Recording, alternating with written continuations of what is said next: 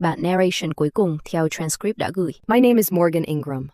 I'm 32 years old, an ER nurse, and a single mother. 3 weeks ago at my sister's wedding in front of 200 guests, she took the microphone, looked straight at me and said, "My sister is a single mother, unwanted by anyone." The room laughed.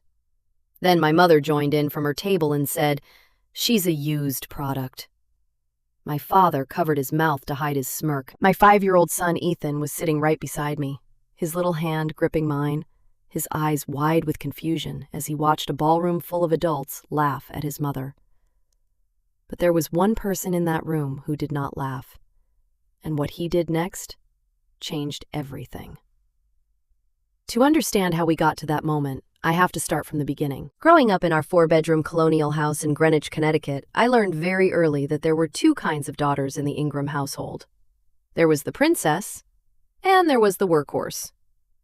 My younger sister Vivian was the princess. She was 4 years younger than me, blonde like our mother, and blessed with the kind of effortless charm that made teachers forget about late assignments and boys forget about every other girl in the room. From the moment she could walk, she was Daddy's little angel and Mommy's perfect mini-me. I was the responsible one.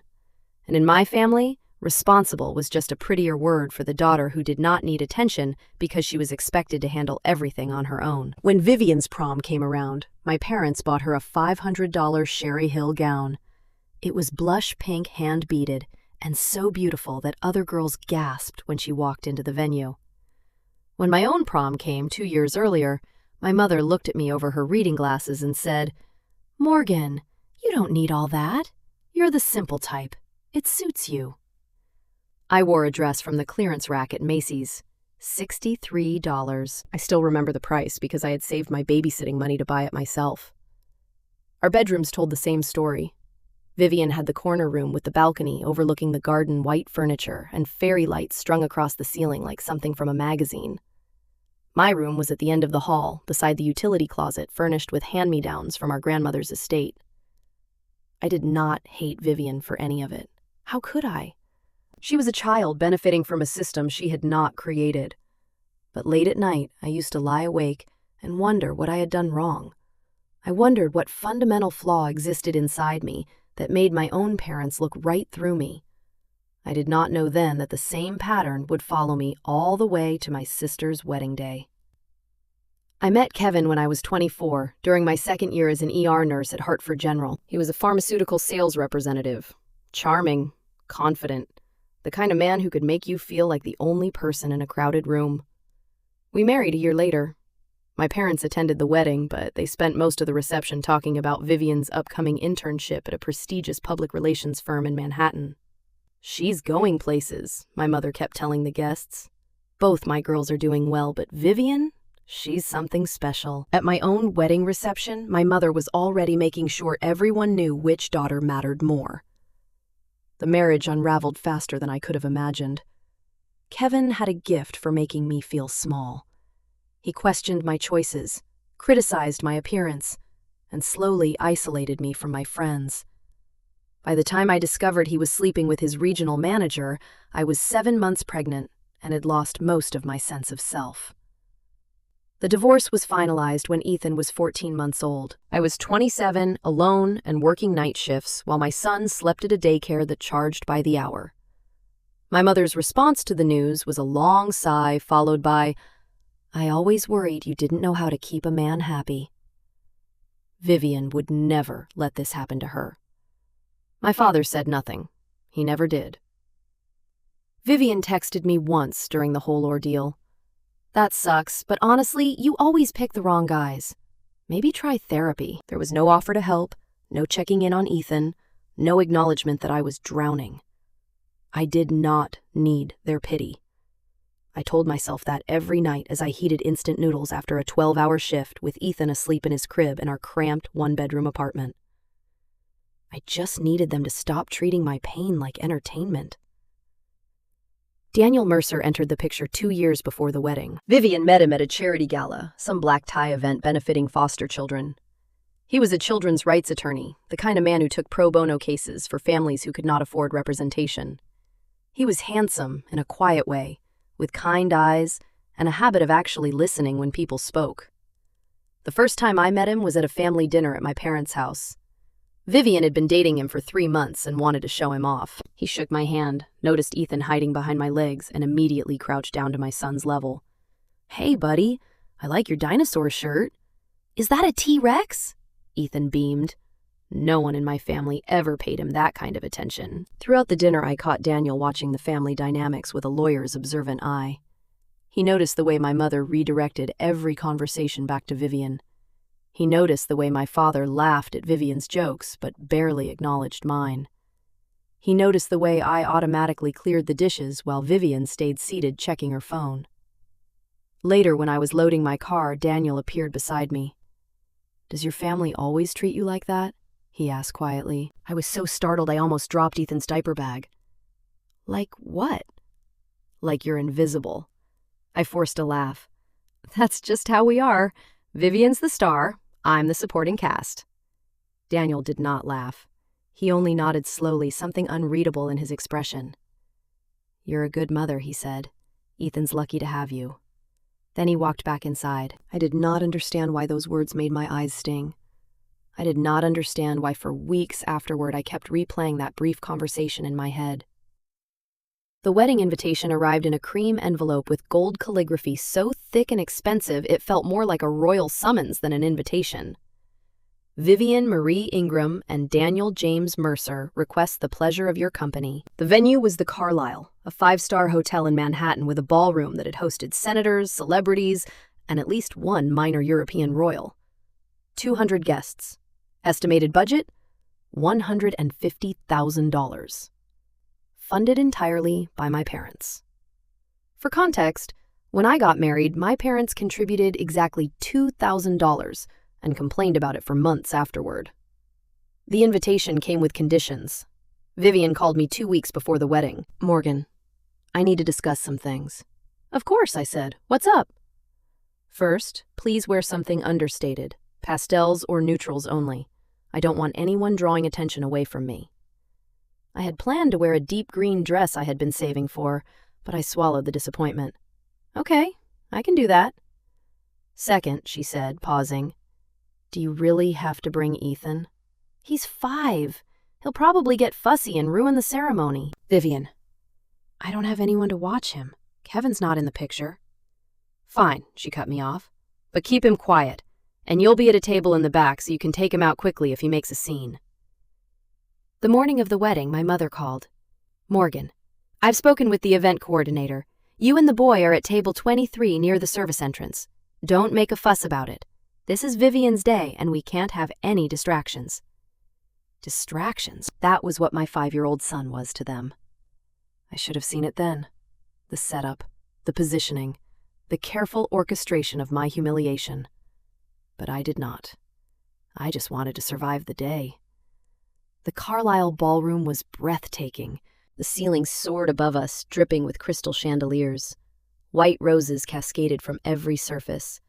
A string quartet played Vivaldi in the corner. It was the kind of wedding people see in bridal magazines, the kind that makes guests whisper about how lucky the couple must be. I wore a dove gray cocktail dress I had found on sale. Modest, forgettable. Exactly what Vivian had demanded. Ethan looked adorable in his little navy vest and khakis, his hair neatly combed, clutching my hand as we walked into the overwhelming grandeur. "Mommy," he whispered, eyes wide. "It's so pretty." "It is, baby. Let's find our table." Table 23 was exactly where my mother had promised it would be, tucked in the far corner, half hidden behind a pillar.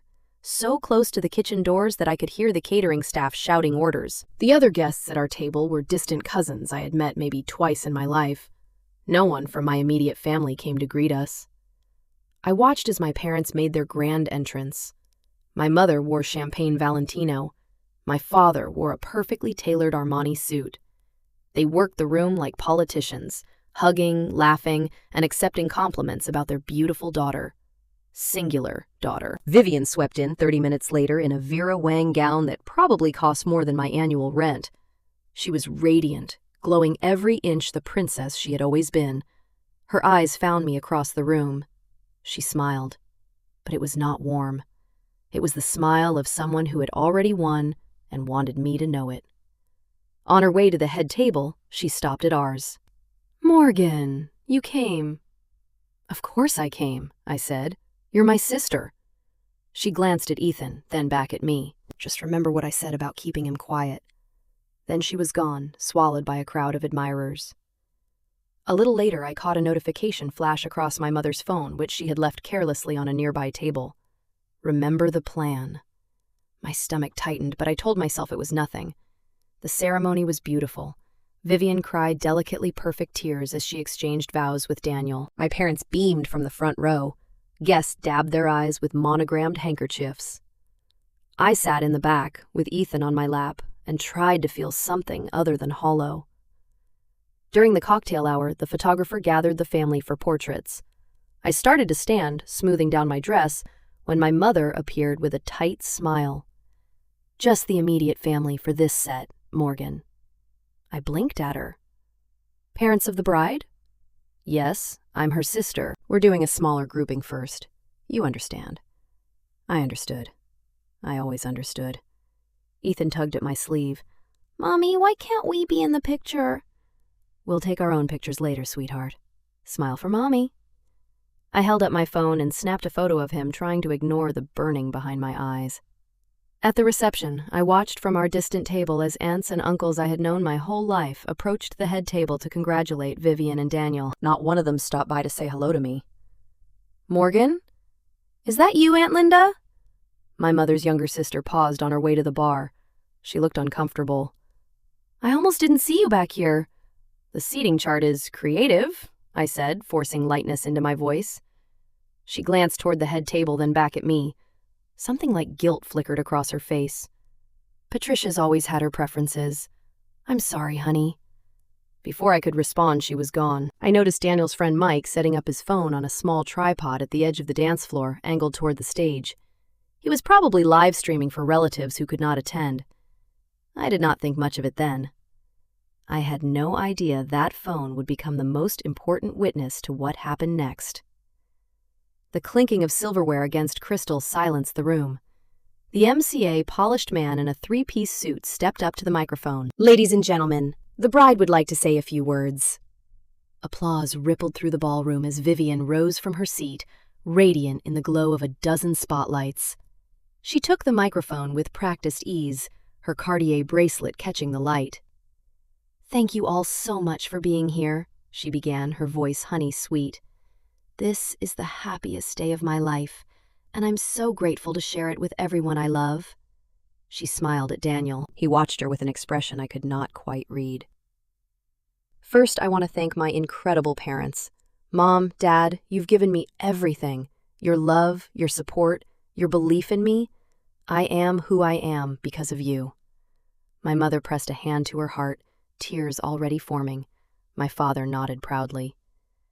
"And I want to talk about family," Vivian continued, her tone shifting slightly. "About what family really means. About the lessons I've learned from watching everyone." Her eyes swept the room and landed on me. The warmth in her expression cooled. "Especially my sister." Ethan perked up beside me. "Mommy, Aunt Viv is talking about you." "I know, baby," I whispered. "Shh." But something in Vivian's smile made my blood run cold. It was not affection. It was not gratitude. It was anticipation. "Morgan," Vivian called, her amplified voice bouncing off the chandeliers. "Could you stand up? I want everyone to see you." 200 faces turned toward our corner table. My legs felt like they were filled with concrete, but I stood. Ethan looked up at me, confused. "There she is," Vivian said, her smile widening. "My big sister, the one who taught me so many valuable lessons about life." She paused for effect.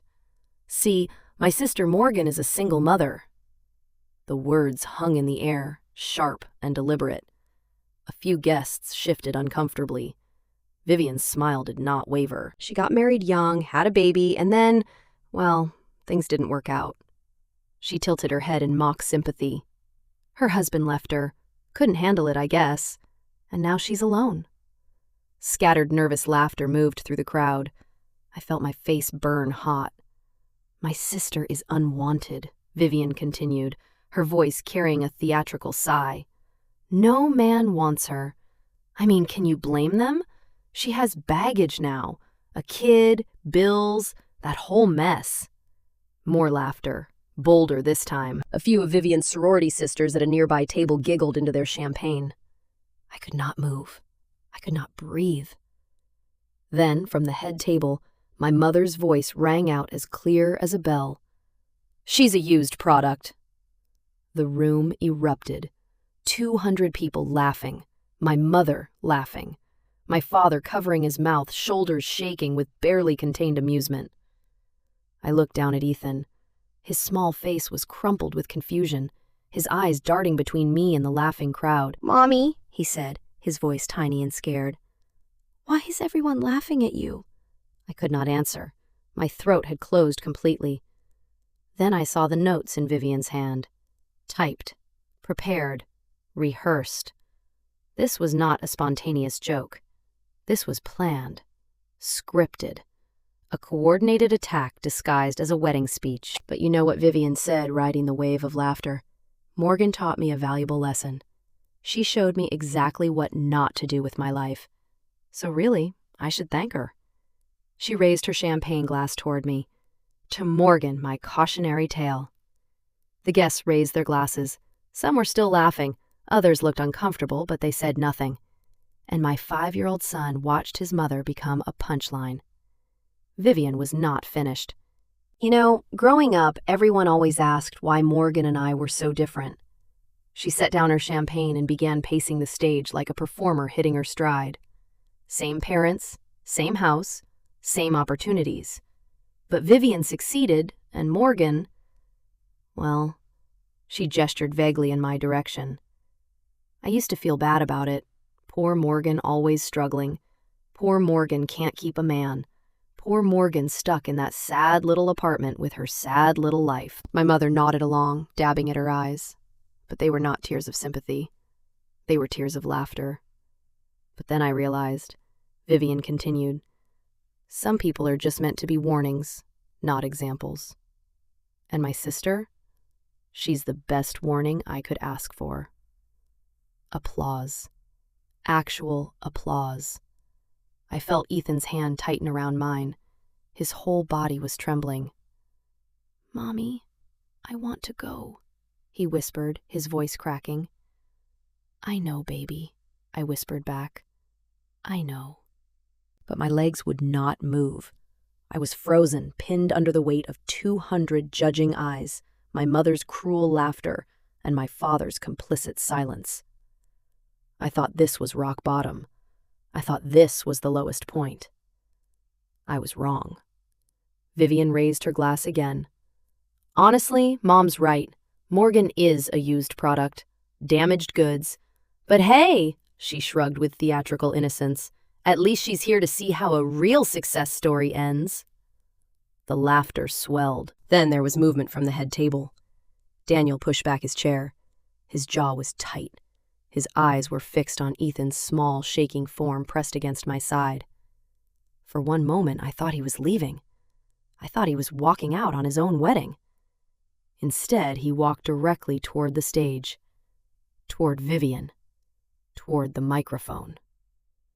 The laughter faltered. Then it died. No one knew what was about to happen. Not even me. Daniel moved with purpose, his polished Oxford shoes clicking against the marble floor in the sudden silence. The string quartet had stopped playing. Guests froze mid-sip, mid-laugh, mid-whisper. Vivian's confident smile flickered. "Daniel, baby, what are you—" He did not answer. He did not even look at her.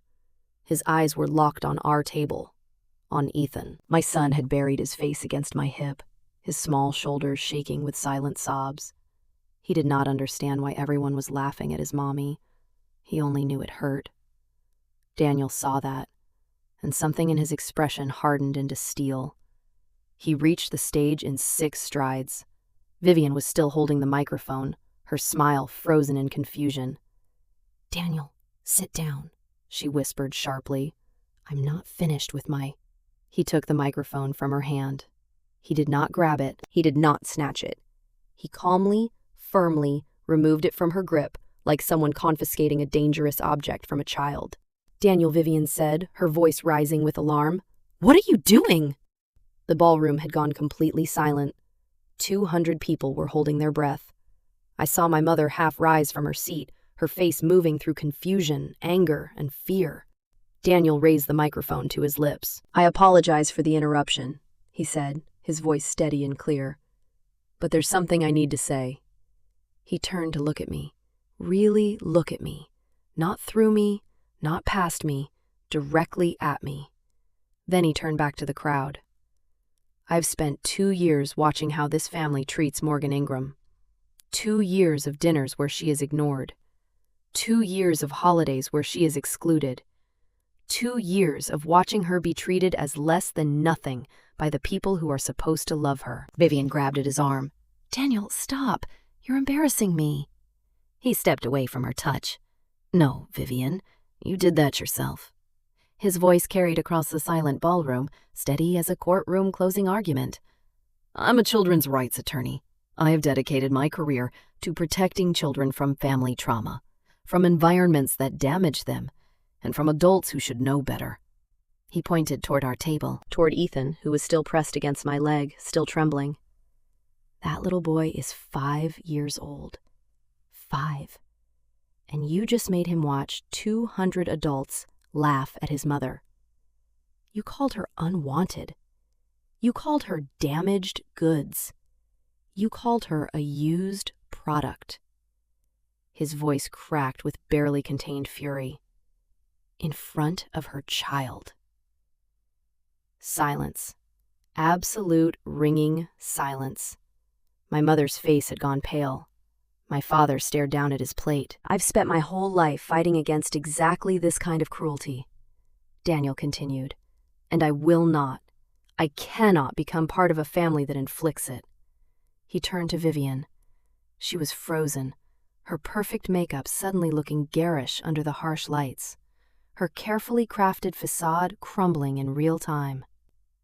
"Daniel, please," she whispered, and the microphone caught every word. "You're overreacting. It was just a joke." "A joke?" His laugh was hollow. "You planned this. You rehearsed this. You turned your own sister's pain into entertainment." He stepped back from her, creating a visible chasm between them. "I can't marry you, Vivian. I won't." The collective gasp from 200 guests was audible. "And one more thing," Daniel said.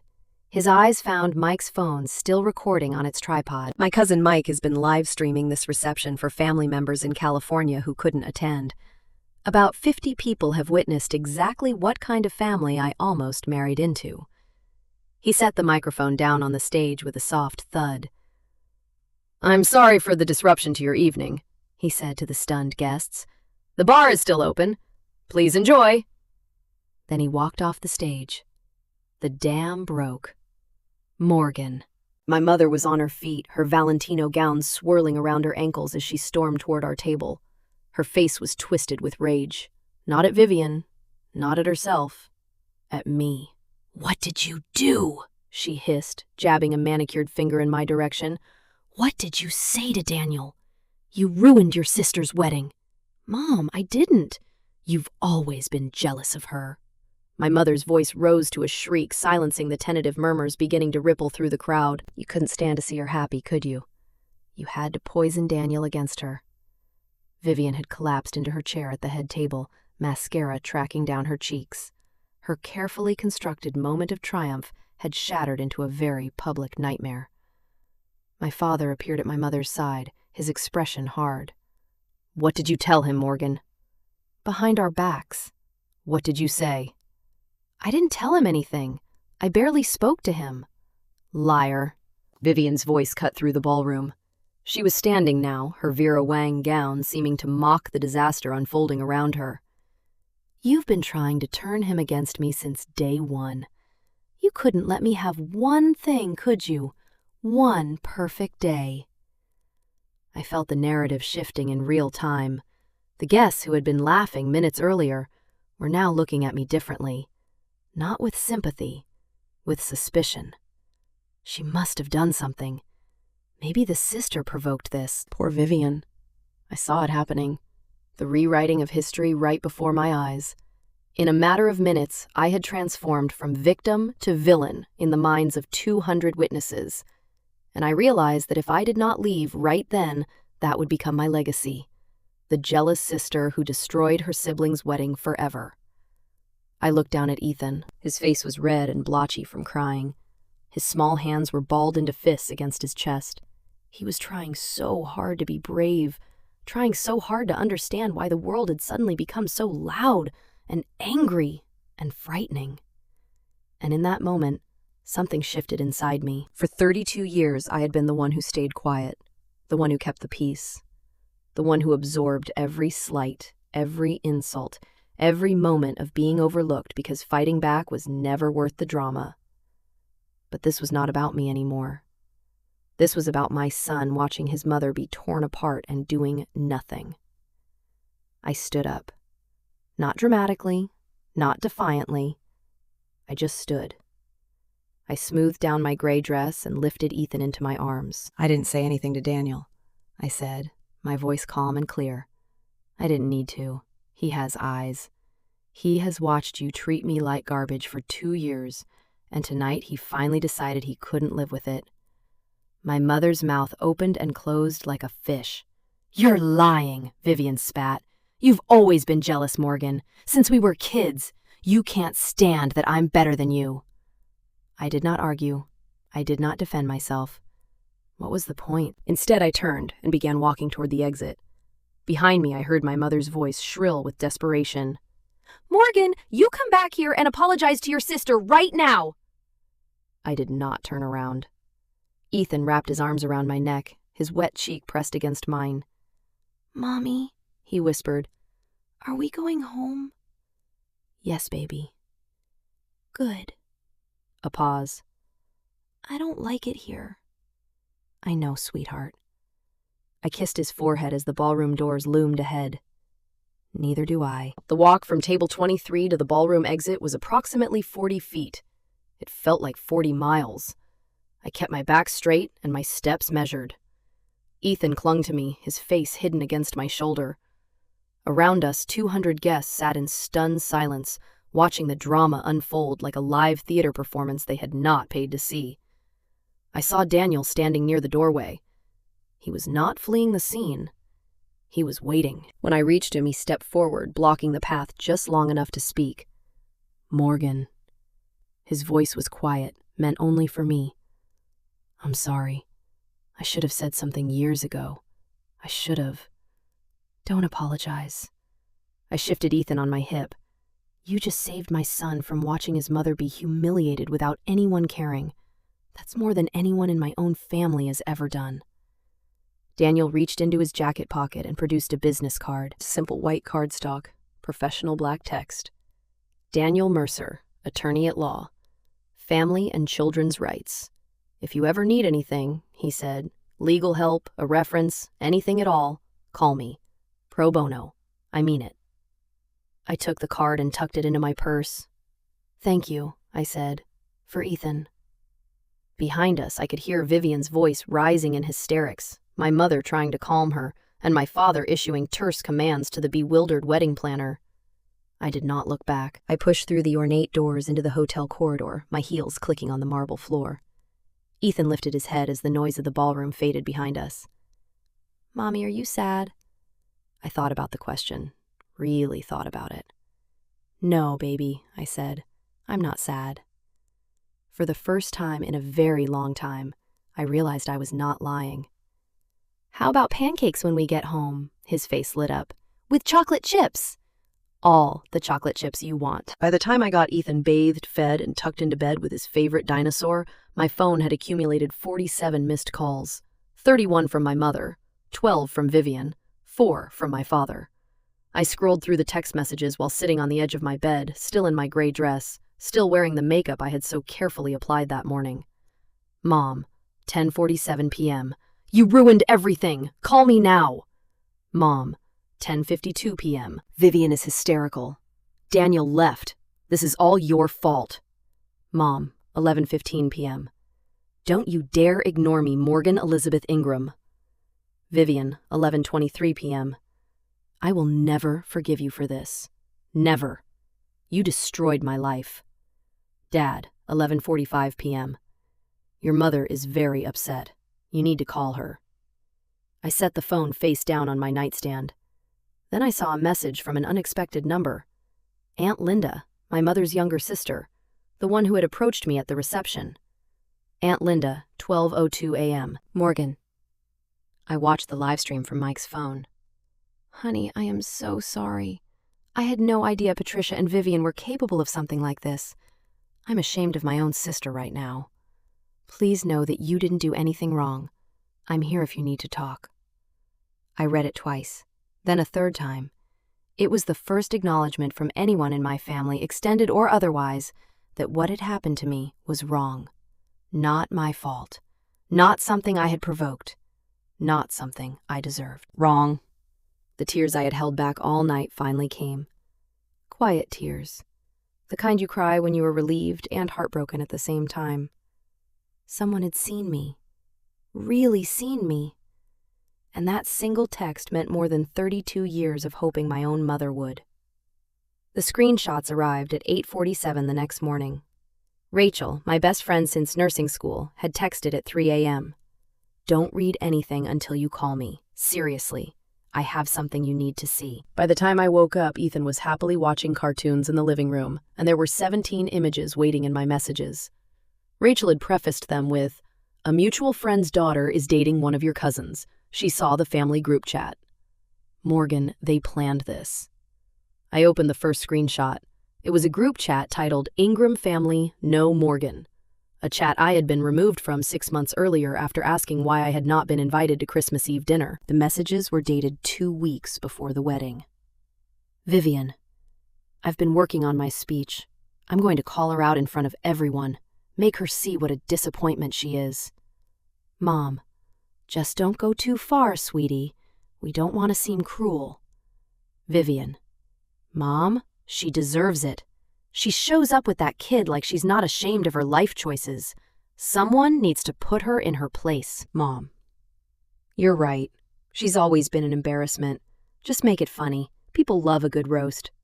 Dad, just don't mention me in it. Vivian, trust me, she won't say anything back. She never does. I stared at the screen until the words blurred. They had planned it. They had orchestrated it. My mother had helped write the speech that called me a used product in front of 200 people. And my father, my quiet, passive father, had known and said nothing. Rachel's final message read, I'm so sorry, Morgan, but you needed to know. It wasn't spontaneous. It was a coordinated attack. She was right. I did need to know, because now I understood there was nothing left to save. I sat with the screenshots for a long time. Ethan had fallen asleep on the couch, worn out from the chaos of the night before, his small chest rising and falling in peaceful rhythm. I watched him sleep and felt something settle inside me. Something clear. Something cold. Something final. For 32 years I had been chasing something that did not exist. My mother's approval. My father's attention. My sister's respect. I had bent myself into impossible shapes, trying to earn love that was never going to come. I had accepted crumbs and called them enough. I had let them treat me like a placeholder, a supporting character in my own life story. And for what? So they could plan my public humiliation as a wedding gift to themselves? I closed the screenshots and opened a new document on my phone. I typed 2 words. No contact. That was it. No dramatic confrontation, no tearful phone call demanding explanations, no attempt to make them understand the depth of their betrayal. Just nothing. I would stop calling. I would stop showing up to family events where I was only invited to be ignored. I would stop hoping that someday, somehow, they would look at me and see someone worth loving. I was not going to announce it. I was not going to give them the satisfaction of a scene they could twist into more evidence of my instability or jealousy. I would simply disappear from their lives the way they had always wanted me to. Quietly, completely, permanently. My phone buzzed with another call from my mother. I declined it and blocked the number. Then Vivian's number. Blocked. Then my father's. Blocked. I looked at Ethan, still sleeping peacefully, and felt something unfamiliar loosen in my chest. Not anger. Not grief. Relief. "We're going to be okay, baby," I whispered to him. "I promise." They showed up 3 days later. I was just getting home from work. Ethan was chattering happily about the finger painting he had done at daycare when I saw them standing on the steps of my apartment building. My mother in a cashmere coat, my father in his usual golf attire. Both of them looked like they had taken a wrong turn into the wrong neighborhood. "Morgan." My mother's voice was ice. "We need to talk."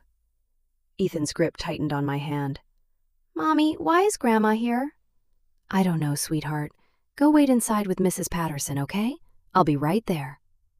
My elderly neighbor had already appeared in her doorway, drawn by the tension in the hallway. She gave me a knowing look and held out her hand to Ethan. "Come on, honey. I just baked cookies." Once Ethan was safely inside, I turned to face my parents. "You blocked our numbers," my mother said, her voice trembling with outrage. "After what you did to your sister, you blocked us." "After what I did?" "You poisoned Daniel against Vivian. You destroyed her wedding. The venue is demanding full payment. The caterers won't refund a dime. Do you have any idea how much money you've cost this family?" I laughed. I could not help it. It was a sharp, bitter sound that made my mother flinch. "I didn't do anything, Mom." Vivian stood up and called me unwanted in front of 200 people. "You called me a used product." Daniel made his own decision based on what he witnessed. "It was a joke," my mother snapped, throwing her hands up. "A harmless joke." In front of my 5-year-old son. My voice dropped into a dangerous calm. "You humiliated me in front of Ethan. He asked me why everyone was laughing at his mommy."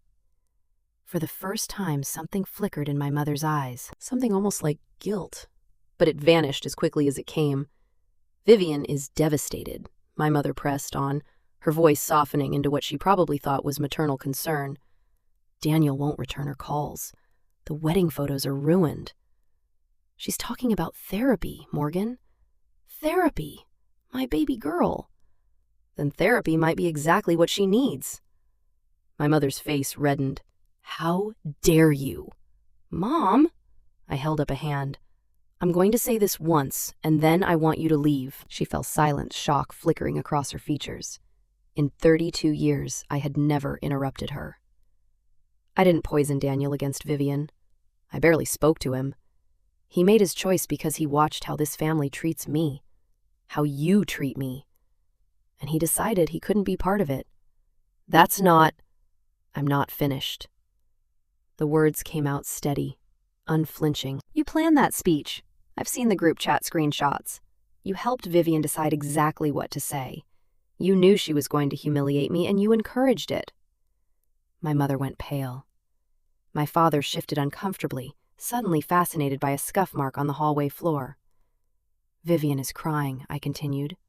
"Good. Maybe now she'll understand what it feels like. I've been crying since I was 12 years old, trying to figure out why my own mother looked at me like a disappointment." "Morgan, that's not fair. You called me a used product, Mom. In front of my child, in front of 200 people. And now you're standing here asking me to apologize." The silence stretched between us like a chasm. "I love you," I said quietly. "I have spent my whole life loving you and hoping you would love me back. But I can't do this anymore. I won't raise Ethan in an environment where he learns that abuse is acceptable if it comes from family." I stepped toward my door. "Please leave." My mother's face cycled through a dozen emotions in 3 seconds. Disbelief, rage, hurt, calculation.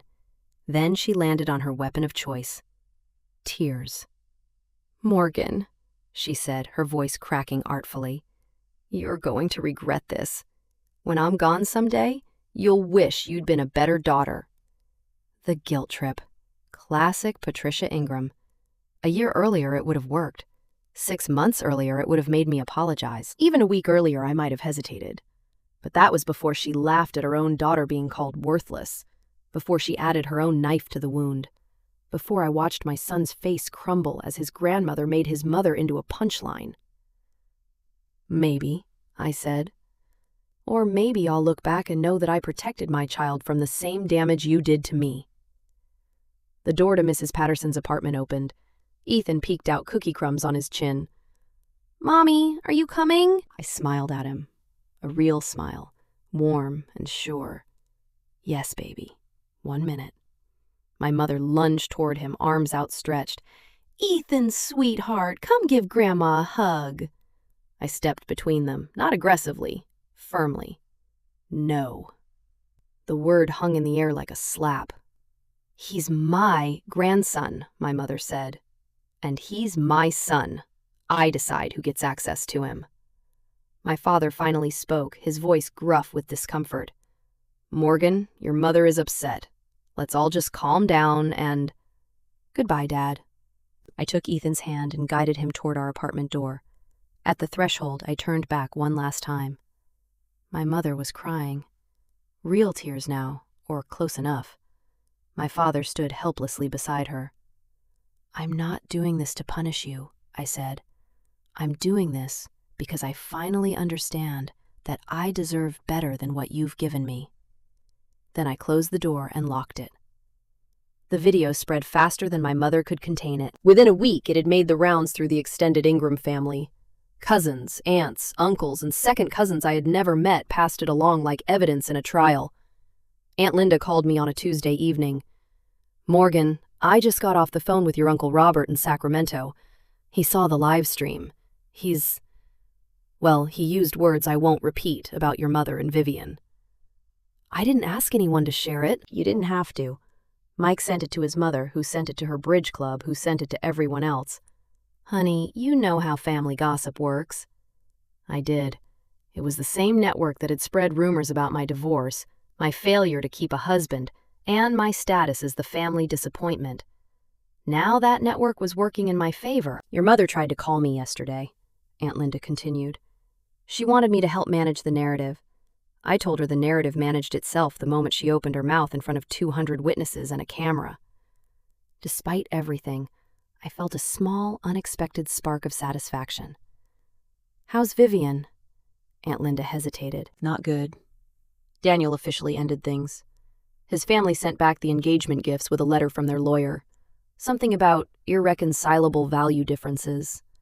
Professional courtesy wrapped around devastating rejection. And your mother, Aunt Linda, sighed.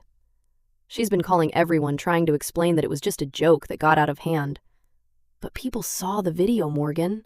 They heard her. No amount of spin changes what they witnessed with their own eyes. I thought about my mother desperately dialing relatives, trying to rebuild a reputation she had destroyed in 30 seconds of gleeful cruelty. "Let her spin," I said quietly. "I'm done explaining myself to people who don't want to understand." Vivian tried damage control 2 weeks after the wedding. She posted a lengthy statement on Facebook, carefully worded and professionally crafted, probably reviewed by some public relations friend. "I want to address the misunderstanding at my wedding. What was intended as light-hearted family humor was taken out of context by those who don't understand our dynamic.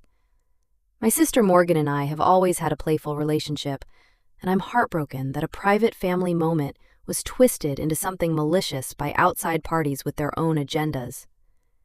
It continued for 6 paragraphs. Not once did she apologize. Not once did she acknowledge what she had actually said. The comments section became a battlefield. "Vivian, I've seen the video. There was nothing playful about it. You literally called your sister unwanted, and your mom called her used goods. How is that a misunderstanding?" The video is still circulating. We can all see exactly what happened. "Girl, this ain't it. Own your mistake." Rachel sent me screenshots of the meltdown, though I had already muted everything related to my family. "She's getting destroyed," Rachel texted. "Her coworkers are asking questions.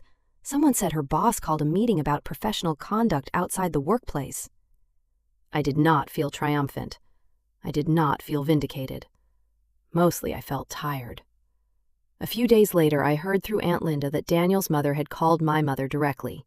She said, and I am quoting, "I didn't raise my son to marry into a family of bullies. You should be ashamed of yourselves." Mrs. Mercer was a retired family court judge.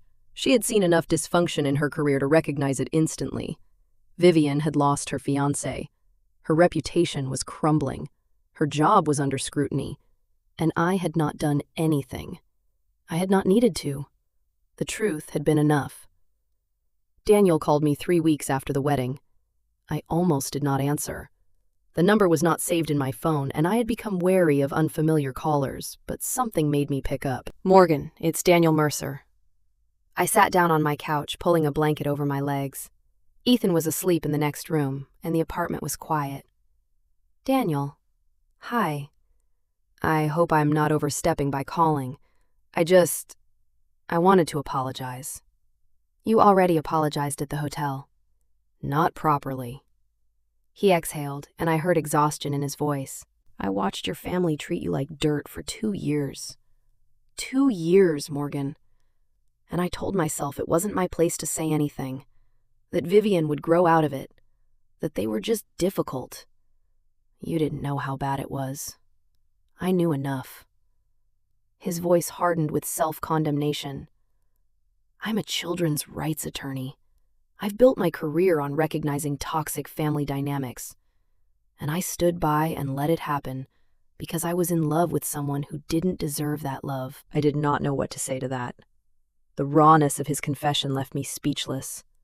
That night, he continued, "When I saw Ethan's face, God, Morgan, that little boy watching his mother be destroyed for entertainment." I couldn't stay silent anymore.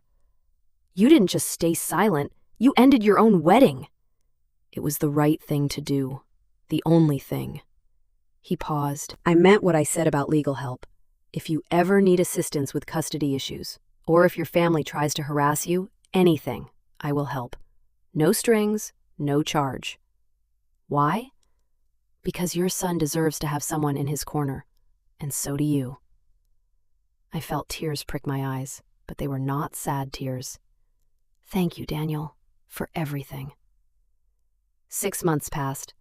It is strange how life rebuilds itself when you remove the people who kept tearing it down.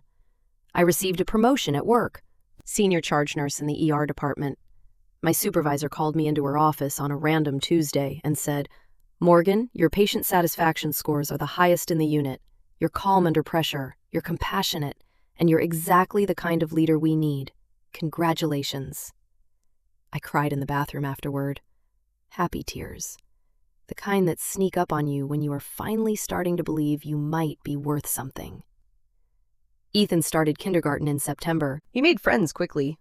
A chatty little boy named Oliver and a quiet girl named Sophie, who shared his obsession with dinosaurs. His teacher sent home a note after the first month. "Ethan is a joy to have in class. He's kind, curious, and always willing to help others." My apartment was still small. 1 bedroom, a kitchenette, creaky radiators. But it was ours. I hung Ethan's artwork on every wall. Crayon dinosaurs, finger-painted rainbows, and a wobbly portrait labeled Mommy in purple marker. It looked like home. I started therapy once a week, 50 minutes at a time, unpacking 32 years of being told I was not enough. Dr. Chen, a soft-spoken woman with kind eyes, helped me understand that the problem had never been me. "You were the scapegoat in a family system that needed someone to blame," she explained during our 3rd session. "Your worth was never determined by their inability to see it." I also started dating again, casually, carefully. A nurse from the pediatric unit asked me to coffee, then dinner. Nothing serious, but the idea that someone might want to know me, the real me, felt revolutionary. For the first time in my life, I was not waiting for permission to be happy. I was just happy. The attempts at contact came in waves. First, there was a birthday card for Ethan. It arrived 2 weeks late with no return address, though I recognized my mother's handwriting. Inside was a $100 bill and a note. "To our grandson, we miss you." I put the money in Ethan's college savings account and recycled the card. Then came a text from an unknown number. Vivian, using a friend's phone. "Morgan, we need to talk. I've been doing a lot of thinking. Call me." I did not call. A few weeks later, there was a voicemail from my mother. Her voice had that particular tone of wounded victimhood she had perfected over decades. "Morgan, this has gone on long enough. Family is family. You can't just cut us out forever. I'm your mother. Don't I deserve a chance to explain?" I deleted it without finishing. The hardest one came from my father. He showed up at my workplace, something he had never done in the 8 years I had been a nurse. I found him waiting in the lobby, looking uncomfortable and out of place among the worried families and beeping equipment. "5 minutes," he said when I approached. "Please." We stepped outside into the gray November afternoon. "Your mother is struggling," he said. "She cries every day. Vivian won't leave her room. The family Thanksgiving was—" He trailed off. "Was what, Dad?" "Empty." I waited. I know what happened wasn't right. The admission seemed to cost him something. "But Morgan, your mother loves you in her own way. She just doesn't know how to." "Dad," I said, cutting him off gently but firmly. "I spent 32 years waiting for Mom to love me in a way that didn't hurt. I can't wait anymore. And I won't let Ethan grow up waiting too." He nodded slowly, something crumbling behind his eyes. "I understand," he said quietly. And for the first time, I believed he did. Today, as I record this, it has been 8 months since my sister's wedding. I am sitting in our little apartment. Ethan is asleep in the next room, his nightlight casting dinosaur shadows on the ceiling. Tomorrow is his 6th birthday. I have a homemade cake in the fridge, chocolate with too much frosting, exactly the way he likes it. I have a secondhand bike waiting in my neighbor's storage unit, wrapped with a bow I tied 3 times before I got it right. I got my promotion. I am seeing someone named Michael, the pediatric nurse, who tells me I am beautiful, and means it in a way I have never heard before. I have friends who show up. I have a therapist who helps me unpack decades of damage. I have an aunt who calls every Sunday just to check in. And I have my son.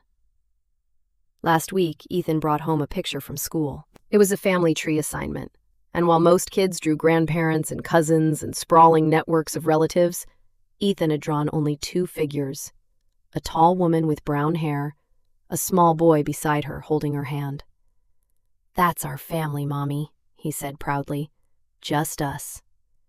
I hung it on the refrigerator, right at eye level. My mother has not stopped trying to reach me. Neither has Vivian. I get the occasional message through relatives, the rare handwritten letter that goes straight into the trash. I do not hate them. That is the strange part. I spent so long being angry at the favoritism, the cruelty, and the 1,000 small cuts of growing up invisible. But somewhere along the way, the anger faded into something quieter. Not forgiveness, not reconciliation, just peace. I chose myself. I chose my son. And that choice, as hard as it was, saved us both. Sometimes the bravest thing you can do is walk away. If you had told me a year ago that I would cut off my entire family, I would have laughed. Or cried. Probably both. I grew up believing that family was everything, that blood ties were unbreakable, that love meant enduring whatever treatment you received because that was what daughters did. Good daughters. Loyal daughters. I was wrong. Family should be a safe place. A space where you are celebrated, not tolerated. Where your presence is welcomed, not weaponized. Where your children can grow up knowing they are enough exactly as they are. My family was not that. My family was a performance, and I was always cast as the understudy. Here is what I learned. Setting boundaries is not selfish. It is not cold. It is not abandoning the people who hurt you. It is finally recognizing clearly and completely that you deserve better than what you have been given. You do not owe your loyalty to people who do not respect you.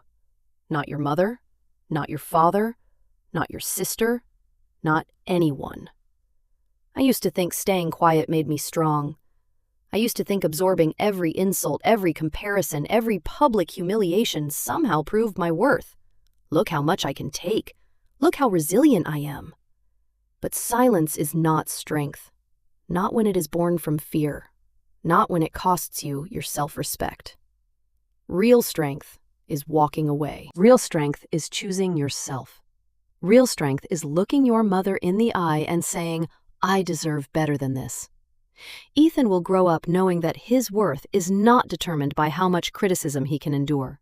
He will learn that boundaries are not walls. They are doors you get to control. He will understand that love does not look like public mockery, strategic cruelty, or jokes designed to wound. That is my legacy. Not the Ingram family name, just a mother who chose her son and herself. For anyone wondering what happened to everyone else here is what I know. Vivian started therapy, according to Aunt Linda. Real therapy, with a licensed professional working through issues that apparently run deeper than anyone realized. I do not know the details, and I do not need to. I hope she finds whatever she is looking for. I hope she becomes someone capable of genuine kindness. But that is not my journey to witness. My mother continues to call me difficult and unforgiving to anyone who will listen. She has rewritten the narrative so thoroughly that some relatives believe the wedding incident was my fault, that I provoked Vivian, that Daniel was always unstable, that the whole thing was blown out of proportion. I do not correct them. The people who matter know the truth.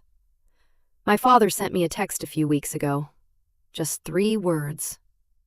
I'm sorry. No explanation, no excuses, no request to reconcile. I read it.